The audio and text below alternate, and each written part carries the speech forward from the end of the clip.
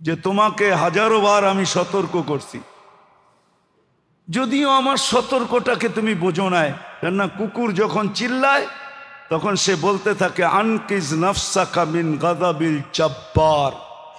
অপরকে সতর্ক করার সবচেয়ে মালিককে সতর্ক করে সবচেয়ে বেশি।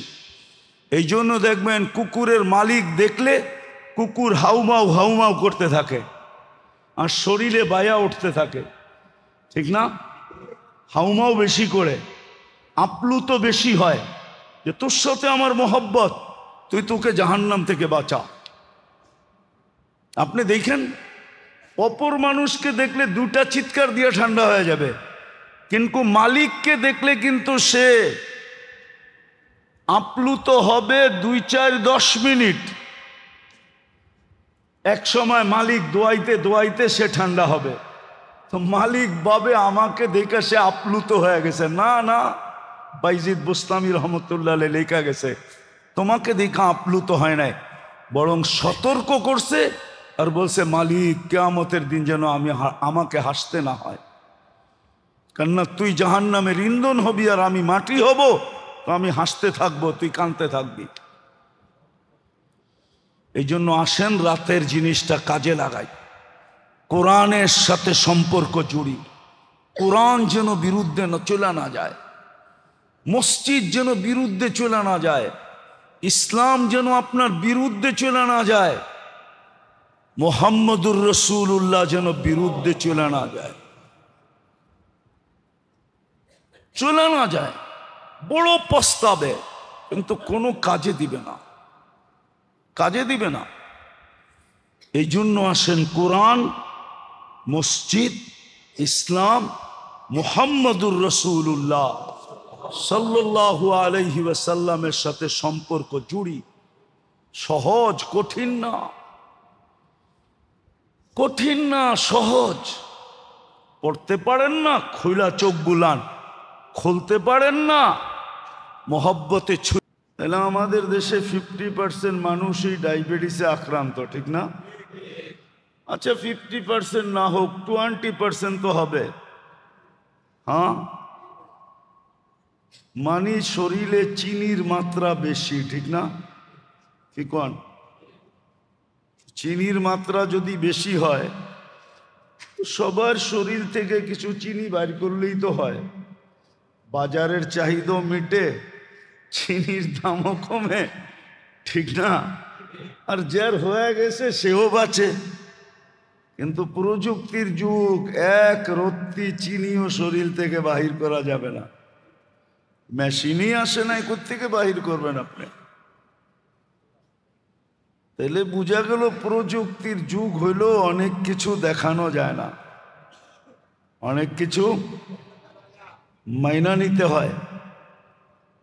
আর এটা না মানলে মানুষ পাগল বলবে, বলবে লোকটা পাগল। কেন মানে না? সুগার কেন মানে না? হ্যাঁ, লবণ কেন মানে না? সল্টিস কেন মানে না? আয়রন কেন মানে না?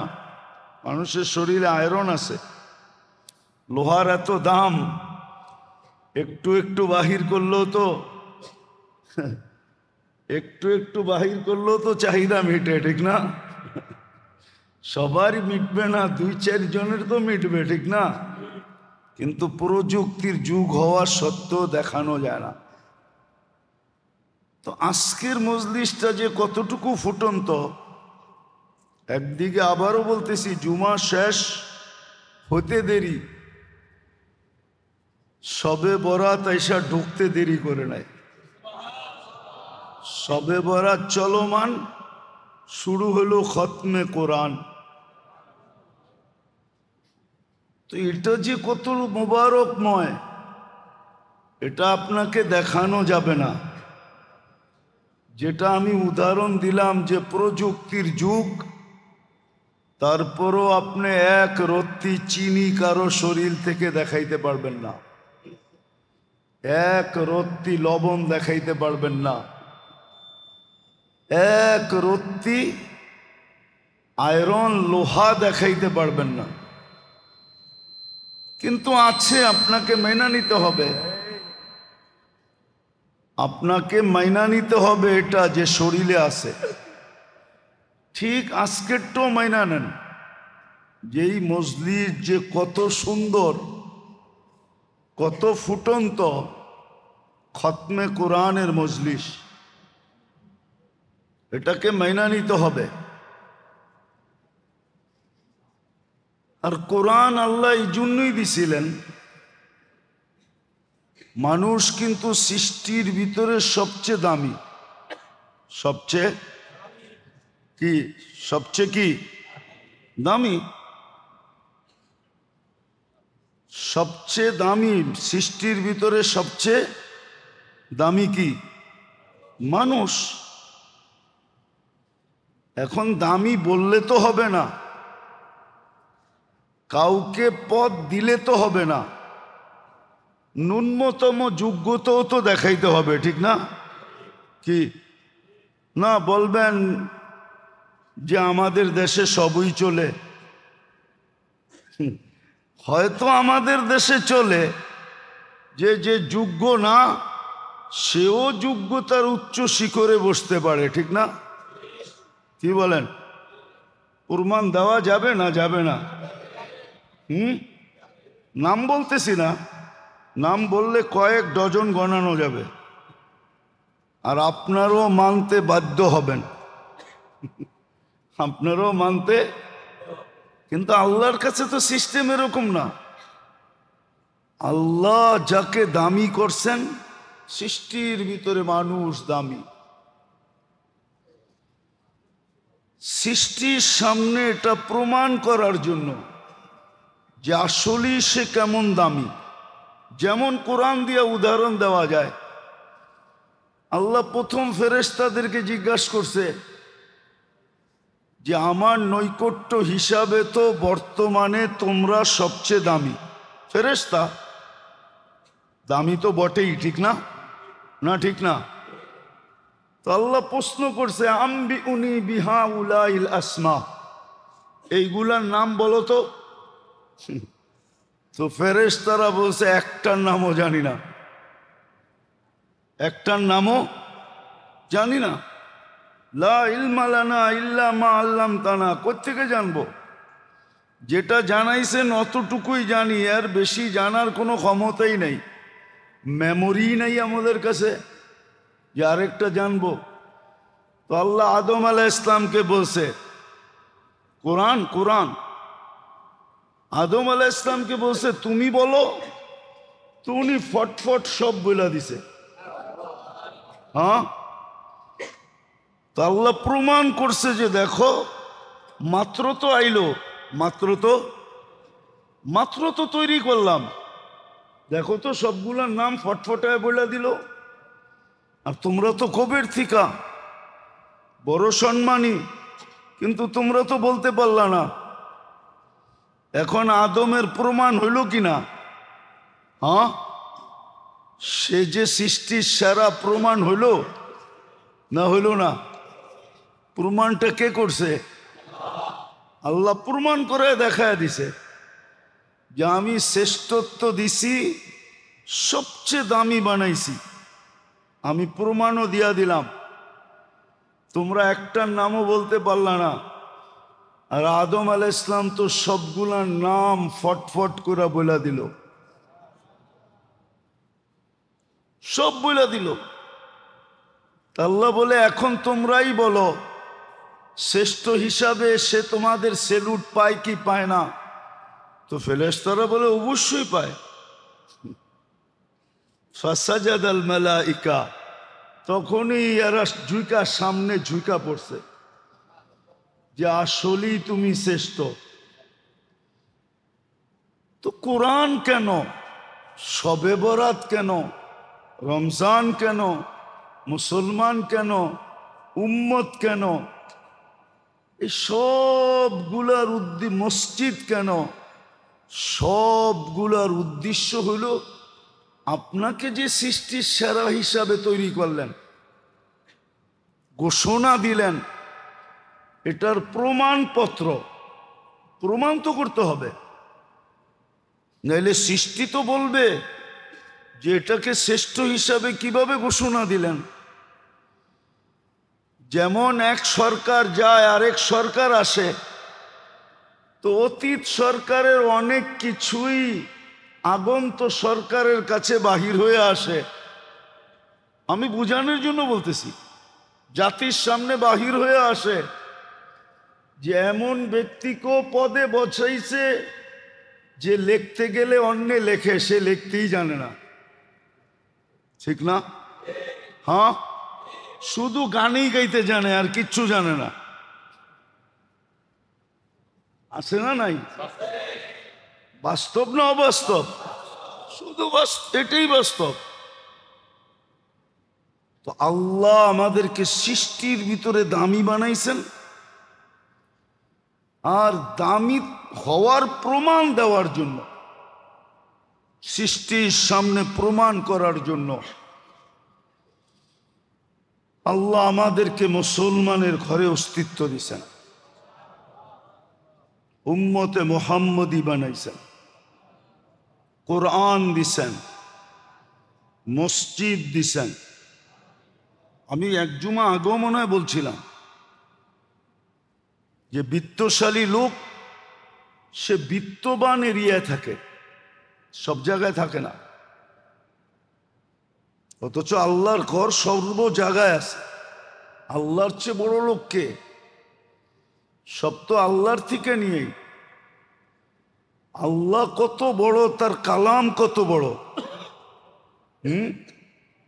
আল্লাহ যত বড় তার কালাম তত বড়, চুল পরিমাণও ডিফারেন্স নাই। আল্লাহর কালাম, ওটা কেন আপনার হাতে উঠায় দিবে? হ্যাঁ, লাইলাতুল বারাত কেন আপনাকে দিবে? মুক্তির রাত কেন আপনার জন্য নির্ধারণ করবে? বুঝা গেল এগুলোর পিছনে একমাত্র কারণ যে আমাকে দামি হিসাবে ঘোষণা দিছেন, আমাকে বাস্তবই দামি বানায়া সৃষ্টির সামনে দাঁড় করতে চাইতেছেন, যাতে সৃষ্টি আমাকে শ্রেষ্ঠ মানতে বাধ্য হয়। শুধু বাধ্য না, সৃষ্টি যেন আমাকে মানতে বাধ্য হয় এতটুকু না, বরং সৃষ্টি যেন আমাকে সালাম করতেও বাধ্য হয়। এই জন্য আছে, কিতাবে আছে সুস্পষ্ট। লোক তো আর সব একরকম না, নাইলে দুনিয়াটা টিকতো কি দিয়া।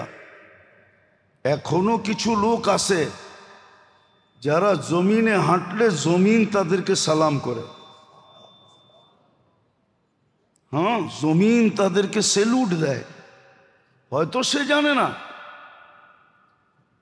জমিন তাকে সেলুট দেয়, জমিন তাকে সালাম করে, জমিন তাকে বলে তুমি কবে আসবে, আমি তোমাকে আপ্যায়ন করব। এবং সুস্পষ্ট খুইলা বলে, তখন তুমি আমার ব্যবহার দেখবে, আমি কেমন ব্যবহার তোমার সাথে করব। দুই ধরনের কথাই আছে। তো সৃষ্টি সালাম দেয়, নাইলে কি করে সম্ভব হইতো আপনি বলেন? পানির ধর্মই হইল তার ভিতরে যে যাবে তাকে ভিজাবে, ডুবাবে। এটাই পানির ধর্ম, ঠিক না? হ্যাঁ, শাহজালাল রহমতুল্লাহ আলাইহি তো জায়নামাজও ভিজল না, সুরমাতে উনি ডুবলো না, বরং পানি ওনাকে ওই পারে লাগায় দিল। এখনো তো যেদিক দিয়ে উনি পার হইছেন ওই চিহ্নটা এখনো রাখা আছে, কিন্তু সবাই চিনে না, সবাই তালাশ করতে যায়ও না, কিন্তু চিহ্ন আছে। চলেন আমার লোকে দেখায় দেব। তাহলে পানির ধর্ম হলো যে ওটার ভিতরে ঢুকবে ভিজাবে, ঠিক না? আর কি করবে? ডুবাবে। শাহজালাল রহমতুল্লাহ আলাইহি জায়নামাজও ভিজে নাই, আর ডোবে নাই তো ডোবেই নাই, বরং জায়নামাজ ওই পারে তাকে লাগায়া দিছে। সাহাবায়ে কেরাম ঘোড়া দিয়া পার হইছেন, কিতাবে তো এটাই লেখা যে বোরার খুরে পানির দাগও লাগে না। পানি তো লাগবে দূরের কথা, দাগও লাগে না। তো এটাই সত্য। মানুষকে সৃষ্টির ভিতরে সবচেয়ে দামি করে তৈরি করছেন, কিন্তু সৃষ্টির সামনে প্রমাণ দিতে হবে যে এটা দামি কিনা। একটা প্রমাণ তো কোরআন থেকে দেখাইলাম যে আল্লাহ ফেরেশতাদেরকে আদম আলাইহিস সালামের সামনে এনে বললেন যে এই জিনিসগুলোর নাম বলো। ওনারা পারলেন না, আদম আলাইহিস সালাম এক শ্বাসে বলে দিলেন। তো প্রমাণ হইল কি হইল না শ্রেষ্ঠত্বের? তো আল্লাহ আমাদেরকে শ্রেষ্ঠ বানানোর জন্য, দামি বানানোর জন্য নিজেই আবার ব্যবস্থাপনা করে দিছেন, নিজেই ব্যবস্থাপনা করে দিছেন। হ্যাঁ, আছে প্রশাসনের কিছু কিছু সেক্টরে আছে, অল্প শিক্ষা নিয়ে ঢোকে তো সরকারের পক্ষ থেকেই সুযোগ থাকে। তুমি ইচ্ছা করলে চাকরির সাথে সাথে পড়া কমপ্লিট করতে পারো, আবার যখন পড়া কমপ্লিট হবে তখন তোমার র্যাঙ্কও বাড়বে, বিদ্যা অনুযায়ী র্যাঙ্ক বাড়বে। আরও যদি পড়তে চাও পিএইচডি করতে, তো সরকারিভাবে বিদেশে যা শিক্ষা অর্জন করারও ব্যবস্থা আছে। যান এক এক দেশে, বাংলাদেশের পাবেন চাকরিজীবী, কেউ কানাডায় পিএইচডি করতেছে, কেউ জাপানে করতেছে, কেউ আমেরিকাতে করতেছে, কেউ কানাডায় করতেছে, এন্টার ফ্যামিলি সহ এখানে আছে। হ্যাঁ, ফিরে আসবে কি আসবে না ওটা পরের কথা, কিন্তু সরকারি খরচেই করতেছে। কিন্তু 90% আর ফেরত আসে না। পড়া যখন শেষ, ওইখানের মজা যখন জিব্বায় লেগা যায় তখন বাস ওইখানেই থাইকা যায়, একটা লেটার এখানে পাঠায় দেয়। এরই হয়। আল্লাহও আমাদেরকে দামি বানানোর জন্য, কেননা আমরা সৃষ্টির ভিতরে সবচেয়ে দামি। আল্লাহই আমাদেরকে ব্যবস্থাপনা করে দিছেন। কিন্তু এখানে একটা কথা আছে, আমার ইচ্ছা মধ্যখানে রেখা দিছেন। আমি যদি ইচ্ছা করি তো হইতে পারি, আর আমি যদি ইচ্ছা না করি, অর্থাৎ আল্লাহ বাধ্য করবে না, ইচ্ছার উপরে নির্ভর। তোমাকে দামি বানাইছি, তুমি যদি দামি হইতে চাও তো ব্যবস্থাপনা আমাদের জন্য, আমাদের কাছে, আমাদের পক্ষ থেকে রাখা আছে। তুমি করলে দামি হবে, না করলে তুমি দামি হবে না, না করলে তুমি দামি হবে না। কি হবে এটাও বলা আছে। এই জন্য মাঝে মাঝে বলতে বাধ্য হই। হতে পারে একদিন আমার বাড়ির চাকরও আমাকে জিজ্ঞাসা করবে, মা সালাকাকুম ফি সাকার, মালিক আপনি এইখানে কি করা? তো ওই দিন মালিক জবাব দিতে বাধ্য হবে, লাম নাকু মিনাল মুসাল্লিন ওয়া লাম নাকু নুতঈমুল মিসকিন। হ্যাঁ, আল্লাহ ডাকতো, আওয়াজ কানে যাইতো, কিন্তু কর্ণপাত করা হতো না, অর্থাৎ নামাজ পড়তাম না। দ্বিতীয়, গরিবদেরকে ভালোবাসতাম না, গরিবদের ব্যাপারে অ্যালার্জি ছিল। ওয়ালাম নাকু নুতঈমুল মিসকিন, এখানে শুধু গরিব না, অধীনস্থের ব্যাপারে আমি সদয় ছিলাম না। এই জন্য আল্লাহ রসুলের সর্বশেষ চিৎকার ছিল দুটা, আসসালাহ ওয়া মা মালাকাত আইমানুকুম। অধীনস্থদের ব্যাপারে সতর্ক থাকো। তোমার অধীন আল্লাহ যাকে করে দিছে তার ব্যাপারে তুমি বড় সতর্ক থাকো, বড় সতর্ক। অধীনস্থদের ব্যাপারে সতর্ক থাকো। হতে পারে তোমার সতর্কতা তোমাকে জান্নাতে নিয়ে যাবে, আবার হতে পারে অসতর্কতার কারণে তোমার বাড়ির তোমার চাকর জিজ্ঞাসা করবে, মা সালাকাকুম ফি সাকার। এটা তো মানুষ। হতে পারে আমার বাড়ির কুকুরও আমাকে দেখে হাসতে পারে, কিয়ামতের দিন কুকুরও হাসবে আর বলবে, আকুনু তুরাবা, একটু পরেই তো আমি মাটি হয়ে যাব, আর আপনি জাহান্নামের ইন্ধন হবেন। সত্য এটো। এই জন্য মানুষকে আল্লাহ সৃষ্টির ভিতরে সবচেয়ে বড় শ্রেষ্ঠত্ব এবং সবচেয়ে দামি হিসাবে তৈরি করছেন। এটাকে প্রমাণ করার জন্যই আল্লাহ আমাদেরকে ইসলাম দিছেন, আল্লাহ আমাদেরকে উম্মত বানাইছেন, আল্লাহ আমাদেরকে নিজস্ব দুটা জিনিস দিছেন। নিজস্ব, এটা পার্সোনাল। আল্লাহ ঘর মানুষের পার্সোনাল হয়, ব্যক্তিগত হয়, ঠিক না? কি কন? বাড়ি থাকলেই তো বাড়িওয়ালা, ঠিক না? না না থাকলেও বাড়িওয়ালা। বাড়ি থাকলেই কি বাড়িওয়ালা। ওই ঘর আমাদেরকে দিছেন, আল্লাহর পার্সোনাল প্রপার্টি। মসজিদ আল্লাহর ঘর, আল্লাহর এটা পার্সোনাল প্রপার্টি আপনাকে দিয়ে দিছে। কোরআন আল্লাহর পার্সোনাল কালাম, ওটা আপনাকে দিয়ে দিছে। এই জন্যই তো পাওয়া যায় যে আল্লাহর রসুলের সুপারিশ সত্ত্বেও আর আল্লাহর অঙ্গীকার থাকা সত্ত্বেও আল্লাহর কথা সালতো তা সাফি তু সাফা।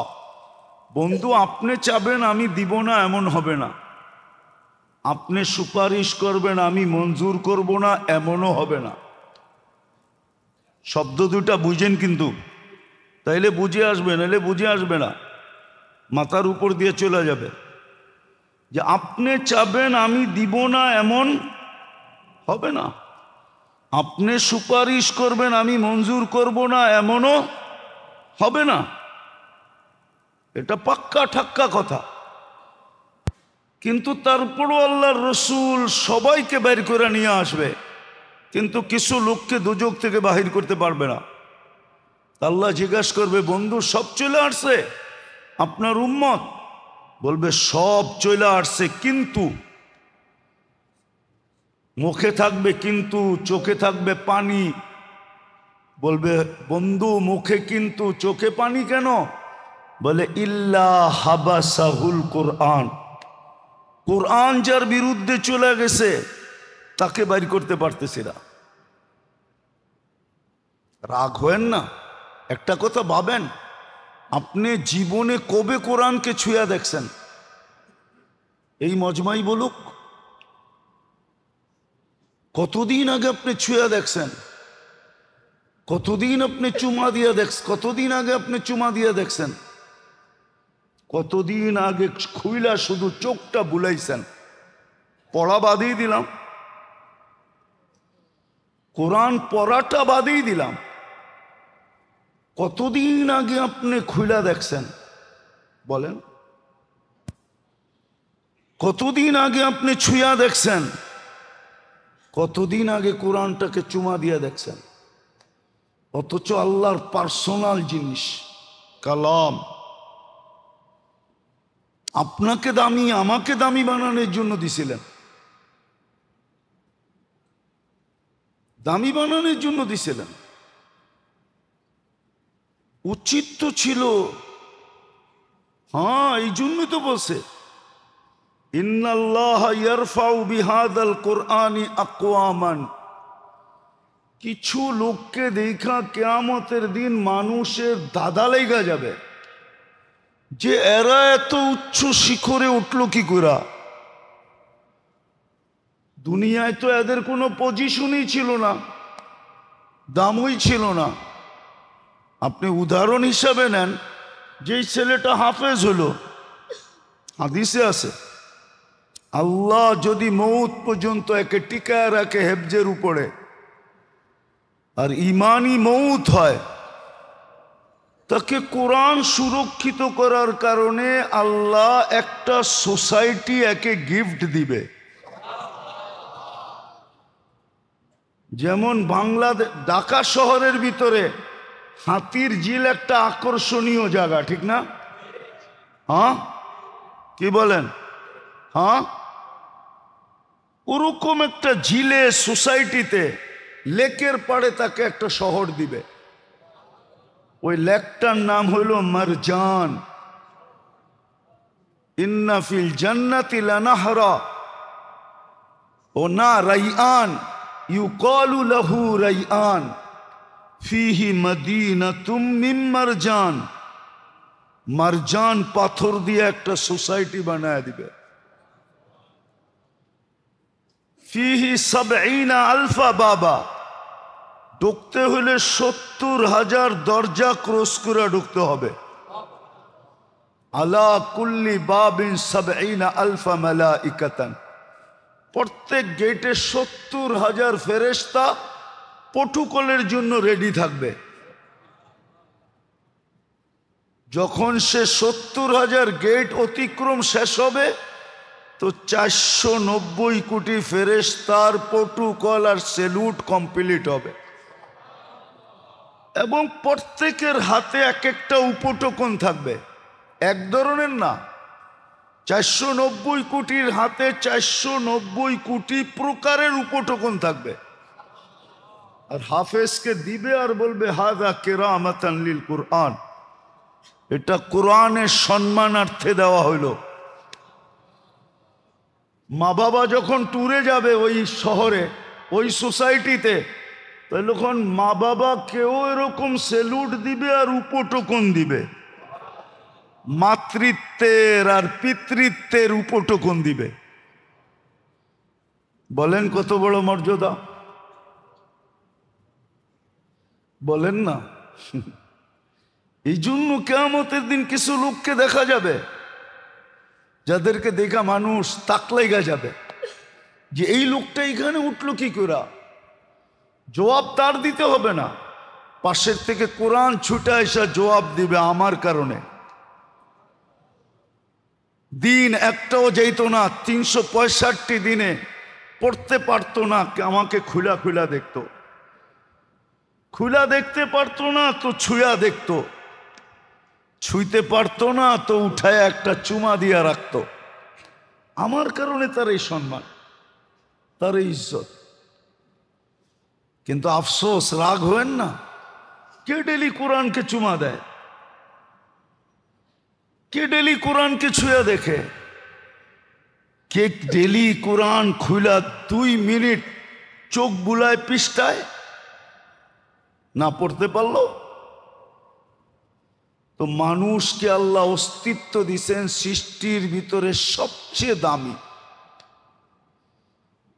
ওই দামের প্রমাণ দেওয়ার জন্যই, এটা যে দামি এই প্রমাণটা দেওয়ার জন্যই আল্লাহ ইসলাম দিছেন, উম্মতে মুহাম্মদী বানাইছেন। নিজের পার্সোনাল ২টা জিনিস উঠায় দিয়া দিছেন, একটা হলো ঘর, আরেকটা হলো কি? কোরআন। আবার সুযোগ রাখছেন আমাদের জন্য। ইসলামের ভিতরে উম্মত হওয়ার ভিতরে সুযোগগুলো রাখছেন। আজকের রাতটা যদি আল্লাহ না দিতেন আপনি কোত্থেকে পাবেন? কবিলায় কালব, বনু কালব, এদের পেশাই ছিল বকরি পালা। আর সবচেয়ে বেশি ভূখণ্ডের বকরি এদের কাছেই ছিল। শুধু এক কোয়ালিটির না, যত ধরনের বকরি হইতে পারে সব এদের কাছেই ছিল। আল্লাহ তো বলতেছে আজকের রাত্রে ওই কবিলার বকরির গায়ে যতগুলা লোম, এত পরিমাণ মানুষকে আমি এই রাত্রে মুক্তি দিব। যদি যে মনে প্রাণে চায়, কিন্তু ৫ জনকে দিব না। ৫ জনকে, হ্যাঁ, এই জন্য আমি জুমায় বলছিলাম যে সূর্য ডুবার আগে তওবা করে ফেলি। সূর্য ডুবার আগে তওবা করে ফেলি। আর ১৫ দিন পরেই কিন্তু রমজান, ঠিক না? হ্যাঁ, এই রাত্রটা এই ১৫ দিন আগে কেন রাখলেন? বোঝা গেল আজকে পুত পবিত্র করলেন, প্রথম রমজান যেদিন আসবে ওদিন রহমতের মেডেল আপনার কাঁধে, স্টার আপনার কাঁধে লাগবে। দ্বিতীয় পর্বে মাগফিরাতের স্টার লাগবে, তৃতীয় পর্বে জাহান্নাম থেকে মুক্তির স্টার লাগবে। যেমন আর্মিতে নিয়ম আছে, নিয়ম বিসিএস ক্যাডার পাশ করলেই ওই দিনই তার পদ লাগায় দেওয়া হয় না, সময় নেই। যেরকম আর্মিতে কমিশনার র্যাঙ্কে যারা নিযুক্ত হয়, ট্রেনিং যেদিন কমপ্লিট হয়ে যায় ওই দিনই ওর কান্দে ব্যাস লাগানো হয় না, একটা অনুষ্ঠান করা হয়। তারপরে তাও সরকারি লোক বেশ লাগায় না, মা বাবা যায়, মা বাবা নিজের হাতে লাগায় দেয়। এই রাত্রটা হলো পবিত্র হওয়ার রাত্র। রমজান সামনে আসতেছে, যাতে রমজান ঢুকতে দেরি, আমার কাঁধে বেশ লাগতে দেরি না হয়। প্রথম দিন যেন আমার কাঁধে রহমতের বেশ লেগা যায়, স্টার লেগা যায়, পরিচয় চিহ্ন লেগা যায়। যেদিক দিয়া মৌত পর্যন্ত যাবে সমগ্র সৃষ্টি তাকায় বলবে মরহুমা। কি মরহুমা বুঝবেন না? মরহুমা রহমতকৃত। ওই যে দেখো না বেশ লাগানো, ওই যে দেখো না বেশ লাগানো। যেমন প্রশাসনের লোককে অনেক সময় বেশ দিয়া চিনা যায়, ঠিক না? কি পুলিশের যদি দেখেন সাফলা লাগানো, তাহলে আপনি বুঝা ফেলবেন এটা এডিশনাল এসপি। এটা কি এডিশনাল এসপি, শুধু সাফলা। আবার যদি দেখেন সাথে আরেকটা লাগানো আছে, তাহলে বুঝবেন এটা এসপি। এরকম নিদর্শন তার পরিচয় বোঝায়, ঠিক না? এসআর জন্য ফুল একটা, এসআর জন্য দুইটা, ওসি হইলে আরেকটা। তো মরহুমা রহমতকৃত। রমজানের প্রথম ঢুকার সাথে সাথে আপনার কাঁধে এই ব্যাসটা লাগায় দেওয়া হবে, চিহ্নটা। যেদিক দিয়ে যাবেন সৃষ্টি বলবে ওই দেখ দয়াকৃত, রহমতকৃত। তখন ও আপনাকে স্যালুট দিবে। হ্যাঁ, ও দিতে বাধ্য, কেননা আপনার সুবহানাল্লাহ যেই দাম রাখে আর ওয়েট রাখে। যেমন আমি মাঝে মাঝে বলি, বুঝবেন কিনা জানি না, ফেরেশতারা আজকে মনে জুমার সময় বলতেছিলাম, ফেরেশতারা বলছে মানুষ বানায়েন না, গুনগানে তো আমরাই যথেষ্ট। তা আল্লাহ বলছে গুনগান তোমরা করলে কি হবে, তোমাদেরটা না ওয়েট আছে না বেলু আছে। আমার তো দরকার ওয়েটওয়ালা আর বেলুওয়ালা, দামওয়ালা। বেলুওয়ালা দরকার আমার। মানুষেরটার ওয়েটও আছে আবার বেলুও আছে। সুবহানাল্লাহ বললে সৌরজগতের অর্ধেক জায়গা নেকি দিয়া পুরা হয়ে যায়। হ্যাঁ হ্যাঁ, দুই কালেমা বলতে দেরি, সুবহানাল্লাহি, ও পড়েন আমার সাথে, সুবহানাল্লাহি ওয়া বিহামদিহি সুবহানাল্লাহিল আযীম। এই দুই শব্দ বলতে দেরি। কোনো বাটকারাই নাই যে এইটা যেই পাল্লায় আছে ওই পাল্লাটাকে মাটির থেকে উঠাবে, এরকম কোনো বাটকারা ওয়েটালা বাটকারাই আল্লাহ তৈরি করেন নাই।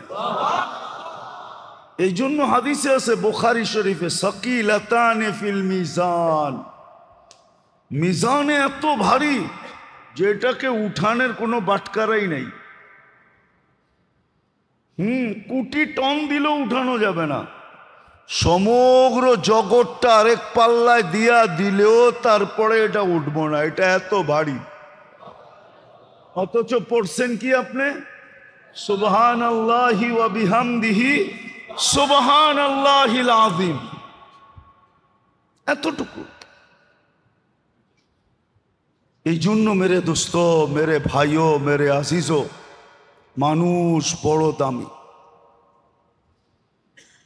সৃষ্টির সামনে যেন তার দাম অক্ষুণ্ণ থাকে, আল্লাহ যেন প্রমাণ করতে পারে যে আমি যেটাকে দামি বানাইছি বাস্তবিকই এটা দামি, বাস্তবিকই এটা দামি, সে যোগ্য। এই জন্য আল্লাহ ব্যবস্থাপনাও দিছেন। মুসলমানের ঘরে অস্তিত্ব উম্মতে মুহাম্মদী হিসাবে বাছাইকৃত। আল্লাহ নিজের পার্সোনাল ঘর আমাদেরকে দিয়া দিছেন, নিজের কালাম দিছেন, এবং দ্বীনে ইসলামের ভিতরে আল্লাহ বড় বড় সুযোগ আমাদের জন্য রেখা দিছেন। তার ভিতর থেকে এই শবে বরাতটাও একটা। কিন্তু জুমার সময় বলছি যে এটা শবে বারাআতুম মিনাল্লাহ, আল্লাহর পক্ষ থেকে মুক্তি রহমতের রাত্রি। কিন্তু এটা কি বলছি জুমার সময়, এটা ইয়ের রাত্রি না, কি জানি চলনের রাত্রি না, চলনের রাত্রি না, বরযাত্রীর রাত্রি না, চলনই বলে, চলনের রাত্রি না। চলন আর উর্দুতে যেরকম লেখে, বরাত উর্দুতে এরকম লেখে। একটা হলো বারাত, একটা হলো বরাত। হ্যাঁ হ্যাঁ, বারাত লেকে আনা। আপনারা তো ভালো বোঝেন ডাকায়ারা, ঠিক না? বিয়ের শাদিতে তো এটাই গাওয়া হয়, ঠিক না? হ্যাঁ, এই গানই চলতে থাকে, ঠিক না? তো এটা চলনের রাত্রি না, তো মুক্তির রাত্রি। বলো নির্জনে যাওয়া চাই, সাধ্য অনুযায়ী ইবাদত বন্দেগী, জিকির আসকার, কিন্তু সবচেয়ে বেশি যেটা করণীয় দরকার সেটা হলো কান্নাকাটি এবং ইস্তেগফার। কান্নাকাটি, আর দ্বিতীয় হলো মুর্দাদের জন্য মাগফিরাত চাওয়া। যারা আমাদের পূর্বপুরুষ চলে গেছে এদের জন্য খুব আল্লাহর কাছে মাপ চাওয়া। কিন্তু যদি প্রশ্ন করেন যে কান্না না আসলে কি করব, তো দুনিয়ার মানুষের কাছে তো ড্রামার কান্নার কোনো দাম নাই। এটা একদিন না একদিন ফাঁস হয়েই যায়, ঠিক না? হ্যাঁ, যদিও কেমিক্যাল পাওয়া যায়, রুমালে লাগায় রাখলে ওটা চোখের কাছে নিলে এমনি পানি আইব, পাওয়া যায় কেমিক্যাল এখন। যদি আপনি না পান আমার কাছ থেকে নিয়ে যান, কেমিক্যাল পাওয়া যায়, ওটা চোখের কাছে নিলে এমনি পানি বেরিতে থাকে। তো ওটা তো একদিন ধরাও পড়া যায়, ফাঁসও হয়ে যায়। মানুষের কাছে কান্নার ড্রামা কখনো গ্রহণযোগ্য না, বরং গার্দাক্কার যোগ্য। মানুষ যখন বুঝতে পারে এটা ড্রামার কান্না, তো গার্দাক্কা দিয়ে বের করে দেয়, বেরো। কিন্তু আল্লাহ এরকম সত্তা, এরকম জাত, এরকম দয়ালু। এই জন্যই আবু বকর সিদ্দিক রাদিয়াল্লাহু তাআলা জিজ্ঞাসা করে রাখছেন যে কান্না যদি না আসে, অথচ জিজ্ঞাসা করতেছে ওই ব্যক্তি জিনার নামই হলো বাক্কা। বাক্কা বোঝেন? আরবিতে বলে বেশি ক্রন্দনকারীকে বাক্কা। সাহাবাদের ভিতরে সবচেয়ে বেশি ক্রন্দনকারী ছিলেন আবু বকর সিদ্দিক রাদিয়াল্লাহু তাআলা আনহু। সবচেয়ে বেশি কাঁদতেন উনি, এই জন্য ওনার নামই ছিল রাজুলুন বাক্কা, বুখারী শরীফে আছে। উনি সবচেয়ে বেশি কাঁদতেন। উনি জিজ্ঞাসা করতেছে ইয়া রাসূলুল্লাহ, কান্না না আসলে, আচ্ছা উনি ছাড়া যদি আরেকজন জিজ্ঞাসা করতো তো মনকে বুঝাইতাম, কিন্তু উম্মতের উপরে উনি দয়া করছেন। আর ওনারই শোভা পায় এটা, আমাদের জন্য দয়ার দরজা খুলে দিছেন। বলছে কান্না না আসলে আল্লাহর রসুল আল্লাহর থেকে যাই না আমাদেরকে জানাইছেন যে কান্নার ভান ধরলেও চলবে, ড্রামা করলেও চলবে। এই জন্য এই রাতটা হলো নির্জনতার রাত। হই হুল্লার রাত না। যাক আলহামদুলিল্লাহ, এই বৎসর তো দেখতেছি এই পর্যন্ত কোনো বাজির আওয়াজ কানে আসে নাই। বোঝা যাইতেছে আমাদের বুঝানো আস্তে আস্তে জাতির কানে ঢুকতেছে, চেঞ্জ হইতেছে। এই পর্যন্ত কোনো বাজির আওয়াজ আমি শুনি নাই। আমি বাইরেও গেছিলাম, আবার বাহির থেকে আসছি, এখনো আবার বাহিরে যাব। তো আলহামদুলিল্লাহ দেখতেছি হয়তো আমাদের ভিতরের ব্যথা রং নিতেছে। তো এই রাত্রটা হইহুল্লার রাত্র না, মসজিদ মসজিদ ঘুরার রাত্র না, মাজারে মাজারে যাওয়ার রাত্র না, কবরস্থানে যাওয়ার রাত্র না। হ্যাঁ, রাগ হয়ে যাবেন বলবো? আচ্ছা বলেন তো, এই এলাকার থেকে আজিমপুরে যেতে এইতে কয় ঘন্টা ব্যয় হবে? আচ্ছা 3 ঘন্টা বাদ দিলাম, 2 ঘন্টা তো হবেই। আপনি যাবেন, আসবেন, ভিতরে ঢুকবেন, জিয়ারত করবেন, তারপরেই তো আসবেন। আচ্ছা আপনি এখন বসেন তো গড়ি নিয়া, আর সূরা ইখলাস পড়তে থাকেন টানা 2 ঘন্টা। দেখেন তো কয়বার পড়া হয়?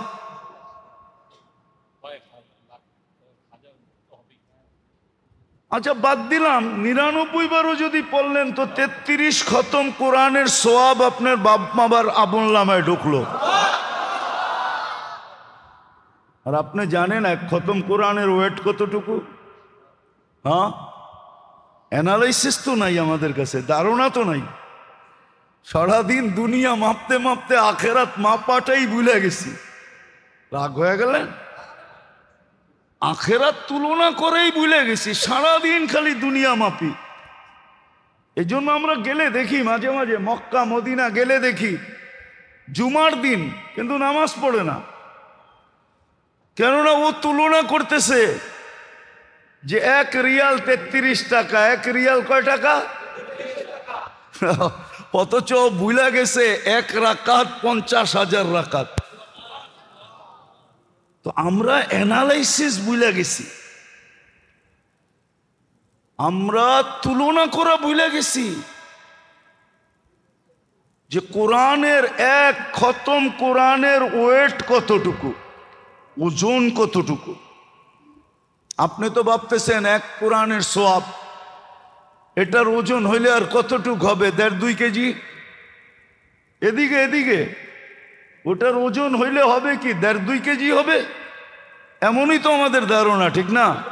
হ্যাঁ, 1 কোরআন খতমের সওয়াব যদি মিজানের পাল্লায় রাখা হয়, কেননা এটা আল্লাহর পার্সোনাল জিনিস। পার্সোনালিটি একটা বিষয় আছে, আল্লাহর পার্সোনাল জিনিস কালাম, এটা যদি 1 পাল্লায় রাখা হয়, সমগ্র জগৎ যদি 10 গুণ বানায় আরেক পাল্লায় রাখা হয়, তারপরও কোরআনের ওয়েট পর্যন্ত হবে না। আপনি তো যেই 2 ঘন্টা কবরস্থানে যাওয়ার ভিতরে কাটাইলেন, ওই 2 ঘন্টা আপনি সূরা ইখলাস পড়তেন, প্রত্যেক বারে 10 পারা, প্রত্যেক 3 বারে 1 খতম। আপনি 2 ঘন্টা পড়া দেখেন কয়বার আপনি পড়তে পারেন। ওটাকে 3 দিয়া ভাগ দেন, বাহির হয়ে আসবে কত পারা, কত খতম কোরআন হইল। আর এটাও তো সত্য, আল্লাহর রসুলের জমানায় কি শবে বরাত একবারই আসছিল না প্রতি বৎসরই আসছিল? আল্লাহর রসুল তো একবারই কবরস্থানে গেছেন আর যান নাই, তাহলে উনি গেলেন না কেন বারবার? আপনাকে যেতে হবে। হ্যাঁ, অন্য সময় যান, আপনি মা বাবার কবর জিয়ারত করবেন, নিষিদ্ধ তো না। মা বাবার কবর জিয়ারত করবেন, এটা তো নিষিদ্ধ না। আপনি যান, মাসে 2-4-10 বার যান, কেনা করছে আপনাকে? যান, কিন্তু মাসে কখনো যাবেন না। শবে বরাত আইলেই ছুটা যাবেন, এটাও ঠিক না, এটাও ঠিক না। যান, আপনি মাসে 2-4 বার যান, 2-4-10 বার যান। কবর জিয়ারতের হুকুমও আছে, মৌত স্মরণ হয়। কিন্তু আজকাল তো আমরা যখন যাই তো জিয়ারতকারীদের অবস্থা দেখলে আসলে মৌত স্মরণ আসবে তো দূরের কথা, উল্টা মৌত ভুলা যাই। উল্টা মৌত মানুষ ভুলা যায় অবস্থা দেখলে। এখন মাঝে মাঝে তো যাওয়া হয়, এমন না যে যাওয়া হয় না, কিন্তু অবস্থা দেখলে মৌত ভুলা যায়। যে কবরে আইসো সেলফি, হ্যাঁ কবরে আইসো সেলফি, কিন্তু কবর নিয়ে সেলফি চলতেছে। আগে পুরুষ যেত, মহিলা যেত না, এখন মহিলাও যায়, সমানে মহিলা ঢুকতেছে। হ্যাঁ, আবার যদি একটু ডাইকা ডুইকা যেত তাইলেও তো হইতো, ঠিক না? হ্যাঁ, কবরও ফ্যাশন করা যায়। কেননা ফেরেশতাদেরকেও তো দেখাইতে হবে, ঠিক না? খালি মানুষকে দেখাইলেই চলবে নাকি? ফেরেশতারাও দেখে একটু চোখ বুলাক, ঠিক না? নাহলে কেন যাবে কবরে এই অবস্থায়? আপনি বলেন, যারা কবরস্থান যায় ওরা বলুক আমি সত্য বললাম না মিথ্যা বললাম। কবরস্থানও তো ফ্যাশন করা যায়। তো মৌত স্মরণ আসবে কোত্থেকা? মৌত তো স্মরণ আসে না। হ্যাঁ হ্যাঁ, মসজিদে এই জন্য বলতে পারতেছি না, নাহলে বলে দিতাম। মসজিদে এই জন্য বলতে পারতেছি না, নাহলে বলে দিতাম। 2-4টা কাহিনী আমার কাছে আছে, এমন নাই যে কাহিনী নাই।